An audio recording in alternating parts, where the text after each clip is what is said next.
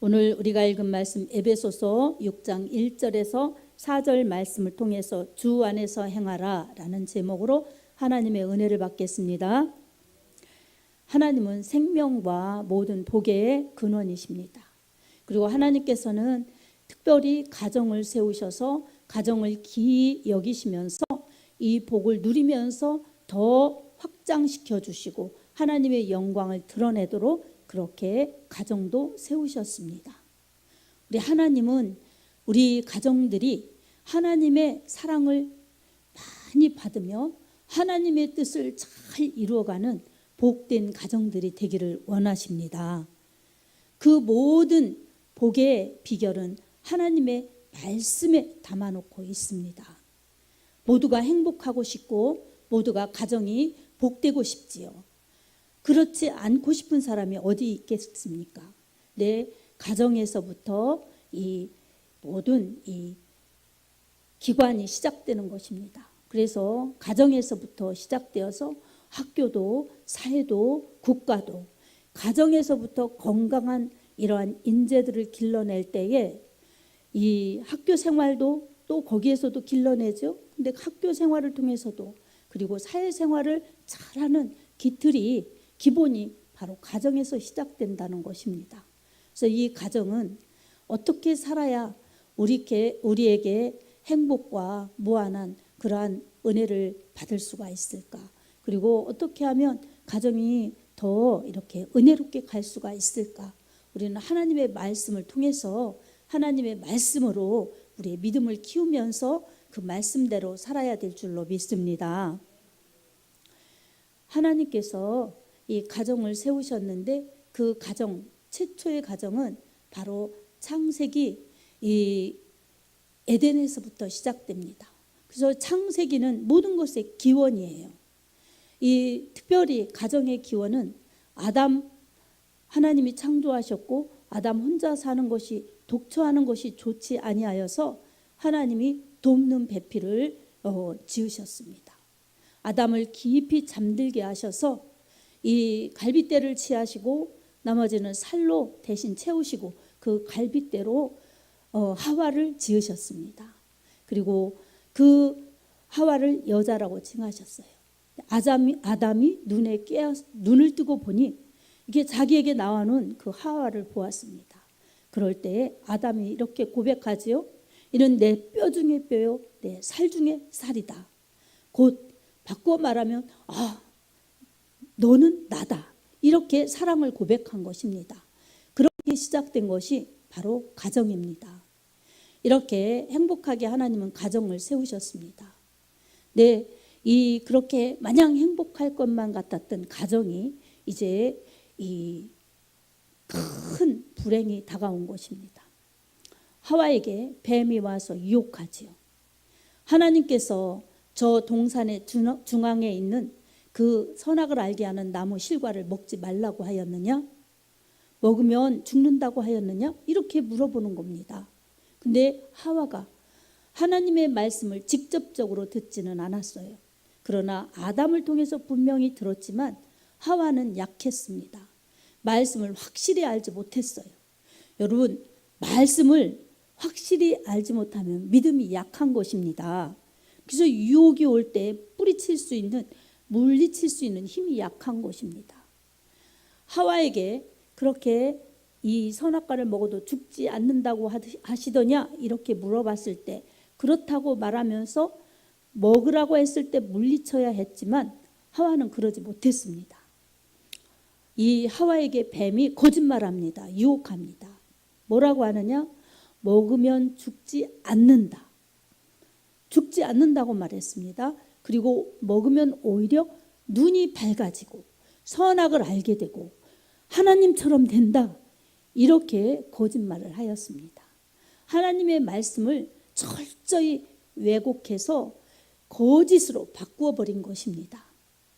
이렇게 했을 때 하와는 하나님의 말씀을 바로 알지 못하고 하나님의 말씀에 견고한 믿음이 세워지지 않았기 때문에 그 나무를 보았더니 그 나무의 실과가 정말 지혜롭게 할 만큼 탐스럽게 보이는 겁니다.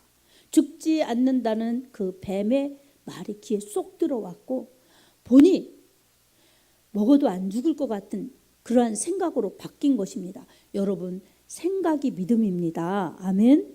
그래서 생각을 잘 지켜야 됩니다. 마귀의 이 조종받는 뱀의 소리를 들었기 때문에 결국은 뱀의 말을 듣는 것은 마귀의 말을 듣는 것입니다. 그리고 그것을 내 생각으로 받아들이면 이제 그것이 내가 행하면 믿음의 행함이 되는 겁니다. 그래서 하나님의 말씀을 따라 행해야 되는데 다른 것을 통해서 듣는 것들은 이 말씀을 변절시키는 것이고 믿음을 말씀 따라가는 믿음이 아닌 자기 방식대로 신념으로 살게 하는 것이기 때문에 이것은 결국 하나님의 말씀처럼 죽게 되는 것입니다. 그래서 먹지 말라고 하신 선악과를 먹었기 때문에 하나님의 말씀대로 그들은 죽게 된 것입니다. 그리고 고통스럽고 불행하게 살았던 것입니다. 죄를 짓기 전에 그들의 상태와 죄를 짓고 난 그들의 상태 그리고 가정도 다 바뀌어 버렸습니다. 그들은 하나님의 낯을 피해 나무 밑에 숨었고 그리고 벌거벗은 것이 보이니까 부끄러워서 나뭇잎으로 치마를 만들어서 자기들의 치부를 가려웠습니다. 이처럼 죄는 짓고 나면 하나님이 두려운 거예요. 그래서 하나님의 얼굴을 피하는 것입니다. 그리고 부끄러움이 보이니까 그것을 하나님 앞에 가져와서 회개하는 것이 아니라 덮어놓는 그러한 죄성, 이 죄의 이 후유증이 남는 것입니다. 그래서 이런 모습을 보면서 죄의 기원도 이거구나. 이 기원인 창세기를 보면서 우리는 깨달아야 합니다. 아멘. 그래서 가정이 불행하게 된 것입니다.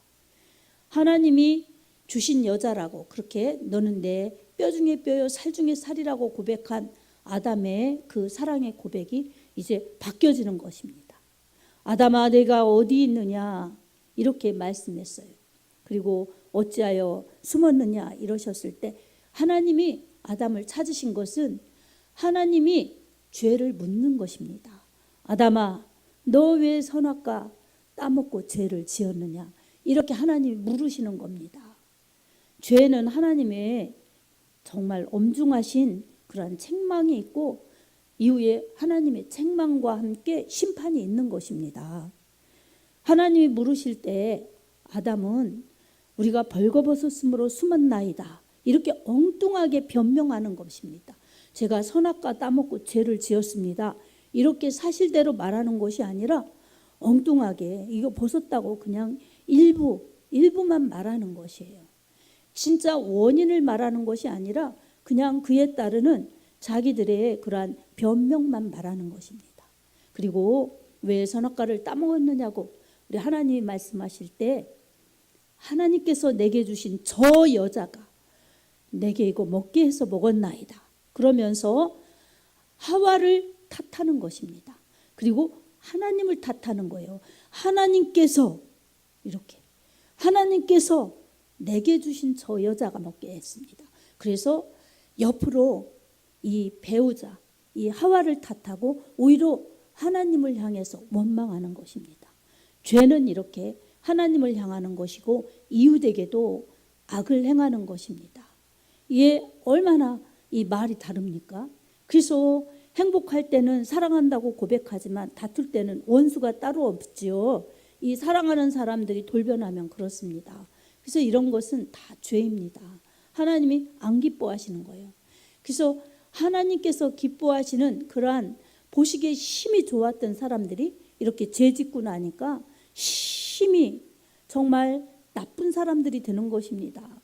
보시기에 심히 불편한 사람들이 되는 것입니다. 아름답지 못한 사람들이 되는 것입니다. 그래서 죄를 범하면 하나님의 형상을 잃어버리고 이렇게 하나님의 형상을 잃어버린 채 하나님의 영광을 돌려야 될 사람들이 전혀 반대로 가는 것입니다. 죄를 지은 하와는 또 자기를 탓하지 않았어요. 제가 따먹고 그리고 남편에게도 주었나이다. 이렇게 정말 하나님 앞에 죄를 고백해야 되는데 오히려 뱀을 탓한 것입니다. 그래서 저 뱀이 먹게 해서 먹었나이다. 그리고 자기 탓은 하나도 안 하는 것입니다. 죄는 이처럼 내 탓을 하지 않고 남 탓을 하고, 이 뭐 가족이면 가족, 이웃이면 이웃 탓하게 하면서 은근히 하나님을 향해 원망하게 만드는 것이 바로 죄입니다. 그래서 하나님께 감사하지 못하게 만들면서 하나님이 살아계시다면 어떻게 나한테 이런 일이 있을까? 하나님이 살아계신데 어떻게 이렇게 될까?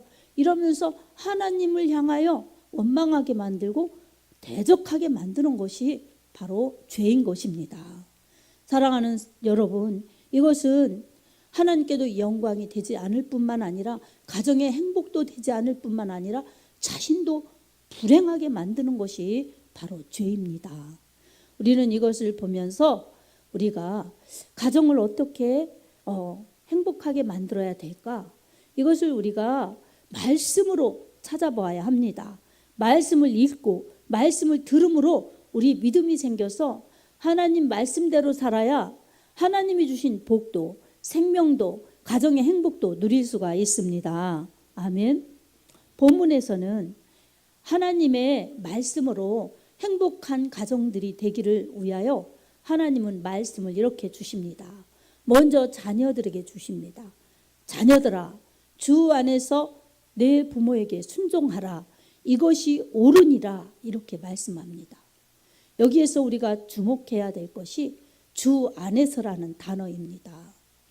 자녀들아, 부모에게 순종하라. 이것이 옳으니라. 이게 아니라 자녀들아, 주 안에서 내 부모에게 순종하라. 이것이 옳으니라 라고 말씀합니다. 주 안에서라는 것은 예수 그리스도 안에서, 하나님의 말씀 안에서, 하나님의 뜻 안에서 라는 것입니다. 그래서 자녀들이 주님 안에서, 말씀 안에서, 하나님의 뜻 안에서 순종할 때에 그것이 옳은 것입니다. 주님 믿지 않으며 말씀 밖에서 부모에게 순종하는 것은 옳은 것이 아닙니다. 세상에서는 그게 당연한 부모 공경이고 효라고 하지만 말씀 안에서는 그렇지 않습니다. 왜냐하면 이 주 안에서가 빠지면은 그냥 세상 사람들도 자녀들이 주 안에서 빠지면 그냥 부모에게 순종하면 그게 효도이고 그게 복인 줄 압니다.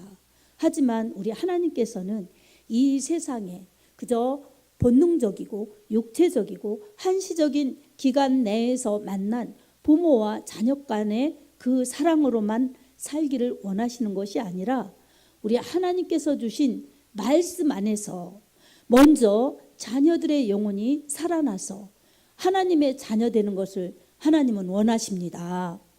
주 안에 있어야 그들이 영원한 생명을 받지요. 그리고 주 안에서 부모를 공경해야 우리 하나님의 축복을 받지요. 아멘.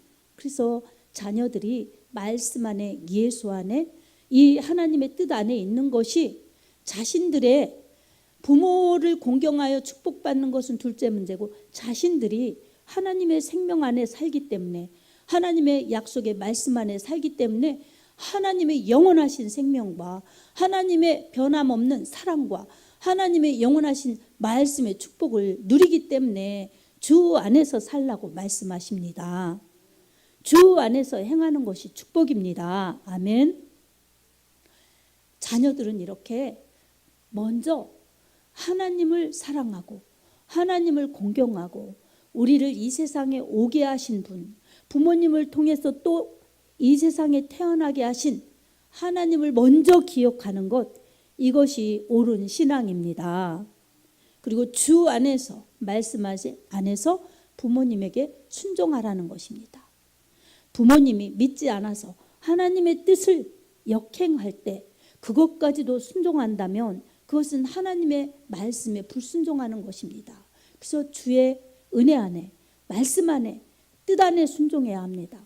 믿지 않는 부모님이 주님을 믿지 말라고, 교회 가서 예배 드리지 말라고 강요한다면 그것은 하나님의 말씀을 벗어나는 것이기 때문에, 하나님의 뜻을 저버리는 것이기 때문에 그것조차도 순종하면 주 안에서의 순종이 안 되는 것입니다. 그럴 때에는 어떻게 해야 될까?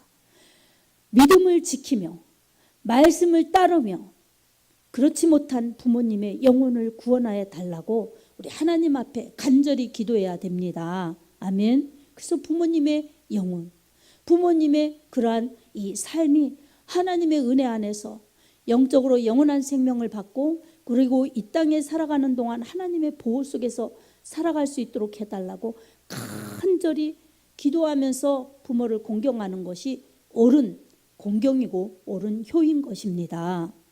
그래서 이렇게 주 안에서 부모님을 공경하는 것, 순종하는 것이 옳은 것이고 또한 복인 것입니다. 그렇게 될 때에 어떻게 해주시느냐? 이것은 약속에 있는 첫 계명이니 내가 잘되고 땅에서 장수하리라 라고 말씀합니다. 주 안에서 부모님을 공경하면 땅에서 잘되고 장수한다는 것입니다. 이게 약속에 있는 첫 계명이라는 것입니다. 하나님의 계명을, 율법을 딱 10가지로 하나님이 정리해 주셨어요. 600가지가 넘지만 10가지로 정리해 주셨는데, 우리가 잘 알듯이 1에서 4계명까지는 하나님과의 수직적인 신앙의 관계입니다. 그리고 5계명서부터 10계명까지는 수평적인 이 나 외에 이 부모님을 비롯해서 모든 사람과의 관계입니다. 근데 첫 계명이 부모 공경이라는 거예요. 그래서 하나님과의 수직적인 관계, 그거 말고 이제 5계명부터 10계명까지 중에서 첫 계명이 내 부모를 공경하라. 그리하면 내가 땅에서 잘되고 장수하리라. 이 5계명입니다. 세상 사람들과의 관계 속에서는 첫 계명인 거예요. 사람과의 관계 속에서는.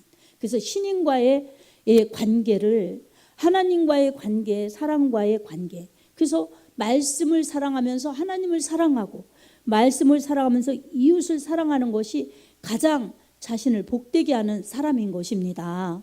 그래서 우리는 말씀 안에, 주 안에 있어야 되는 것입니다.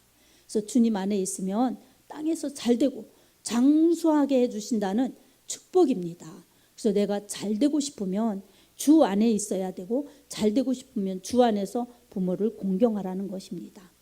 자, 두 번째로 이제 자식에게는 그럼 어떻게 해야 되는가? 이 부모님에게는 이렇게 말씀으로 자신이 세워지면서 효를 하라는 것입니다. 자식에게는 그럼 어떻게 해야 되는가? 자녀들을 주의 교훈과 훈계로 양육하라는 것입니다. 이것도 주 안에 있는 것입니다. 주의 교훈, 훈계는 하나님의 말씀이에요. 하나님의 말씀으로 자녀를 가르치면 그들이 정말 말씀 안에서 자라기 때문에 영혼이 잘 되죠. 그리고 말씀 안에서 성장되기 때문에 하나님의 사랑과 하나님의 인도하심과 하나님의 보호 속에서 살아가기 때문에 정말 내가 잠시 잘해주는 세상의 부모의 사랑과는 될 수 없는 영원한 사랑과 영원한 생명과 영원한 축복을 자녀들에게 누리게 하는 것입니다. 그래서 자녀들이 주 안에서 순종하도록 해야 되고, 그것을 내 말로가 아니라, 내 생각과 내 처지에 맞게가 아니라 하나님의 말씀 안에서 잘 자라면서 말씀 안에서 그들이 잘 성장되어서 말씀 안에서의 생명과 말씀 안에서의 축복을 누리게 해야 됩니다. 아멘. 어렸을 때는 가르쳐주는 대로 듣는 거예요. 그래서 부모님이 가르쳐주면 그대로 믿는 것입니다. 그래서 어렸을 때 믿은 사람들은 뭐 다 그렇지는 않지만 그래도 신앙의 기초가 좋기 때문에 정말 일생 동안 믿음 생활 잘 할 수 있는 그러한 기틀이 이 어렸을 때 세워집니다. 근데 그렇지 않으면 이제 자기가 도중에 믿으면 그만큼 말씀으로 붙들고 또한 기도로 힘써야지, 그렇지 않으면 너무나 어렵지요. 그래서 어렸을 때 이렇게 부모님의 역할은 말씀으로 자녀들을 잘 키워주는 겁니다. 그저 밥 잘 먹이고 맛있는 거 잘 먹이고 또한 좋은 옷 입히고, 그리고 그 자식들이 크면 나한테 효도하길 바라고, 또 다른 집들보다 다른 자식들보다 더 잘 돼서 나한테 그 보상해 주길 바라는 것, 이것은 주 안에서의 옳은 믿음이 아니고 주 안에서의 옳은 자녀 사랑이 아닌 것입니다. 정말 자녀들이 잘 되기를 바란다면, 자녀들이 영원한 행복을 누리기를 바란다면 믿음으로 살 수 있도록 양육해야 합니다. 자녀들이 다 성장된 그런 상태라면 예수님 잘 믿으면 그것을 제일 감사하게 생각하고 제일 복으로 생각해야 합니다. 아멘.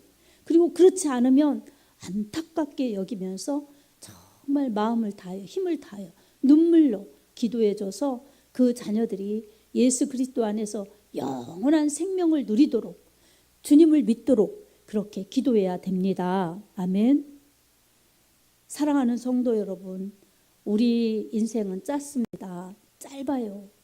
하지만 영혼은 끝이 없습니다. 우리가 자녀를 사랑한다고 해서 밥을 먹여준다고 그들이 그저 이 계속 생명을 유지하면서 살라는 보장도 없습니다. 정말 오는 순서는 있지만 가는 순서도 없습니다. 그리고 주님께서도 친히 말씀해 주셨어요. 마태복음 4장 4절에 사람이 떡으로만 살 것이 아니라 하나님의 입에서 나오는 모든 말씀으로 살 것이니라. 아멘. 요한복음 6장 63절에도 주님 말씀하셨어요. 살리는 것은 영이니 육은 무익하니라. 내가 너희에게 이른 말은 영이요 생명이라. 아멘. 그 자식을 가장 사랑하는 것은 말씀으로 그렇게 어려서부터 길러내는 것입니다. 그리고 자녀를 가장 사랑하는 것은 그 자녀가 나보다 더 오래오래 더 영원히 책임져 주실 하나님 자녀로 살아갈 수 있도록 구원해 달라고 기도하는 것입니다.